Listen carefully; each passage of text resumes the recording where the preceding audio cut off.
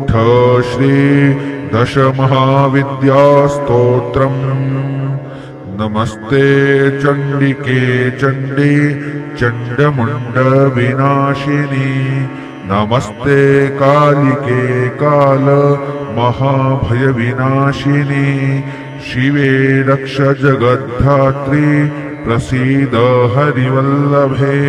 प्रणमामि जगद्धात्रीं जगत्पालनकारिणीं जगत्क्षोभकरीं विद्यां जगत्सृष्टिविधायिनीं करालां विकटाघोरां मुण्डमाला विभूषितां हरार्चितां हराराध्यां नमामि हरवल्लभां गौरीं गुरुप्रियां गौरवर्णालङ्कारभूषितां हरिप्रियां महामायां नमामि ब्रह्मपूजितां सिद्धां सिद्धेश्वरीं सिद्ध विद्याधरगणैर्युतां मन्त्रसिद्धिप्रदां योनिसिद्धिदां लिङ्गशोभितां प्रणमामि महामायां दुर्गा दुर्गतिनाशिनीम्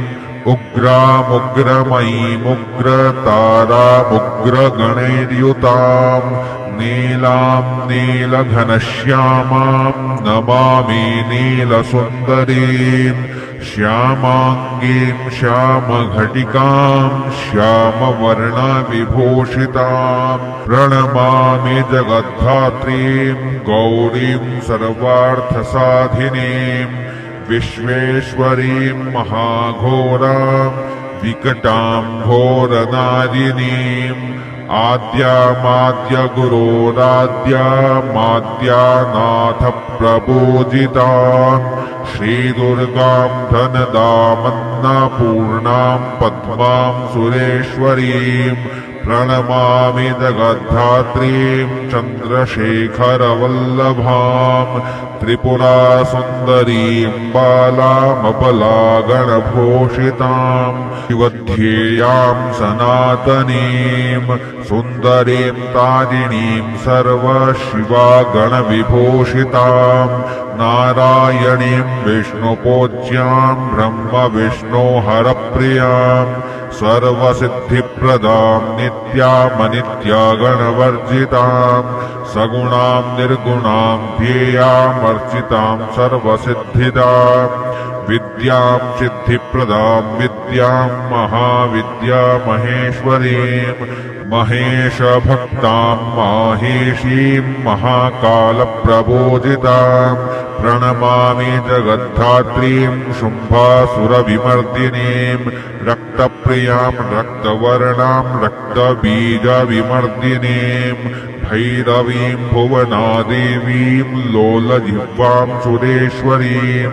चतुर्भुजां दशभुजां अष्टादशभुजां शुभां त्रिपुरेशीं विश्वनाथप्रियां विश्वेश्वरीं शिवां अट्टहासामट्टहासप्रियां धूम्रविनाशिनीं कमलां छिन्नमस्तां च मातङ्गीं सुरसुन्दरीं षोडशीं विजयां भीमां धूम्रां च बगलामुखीं सर्वसिद्धिप्रदां सर्वविद्यामन्त्रविशोधिनीं प्रणमामि जगत्तारां सारं मन्त्रसिद्धये फलश्रुतिः इत्येवं वरारोहे स्तोत्रं सिद्धिकरं प्रियं पठित्वा मोक्षमाप्नोति सत्यं वैगिरिनन्दिनी कुजवारे चतुर्दश्यां ममायां जीववासरे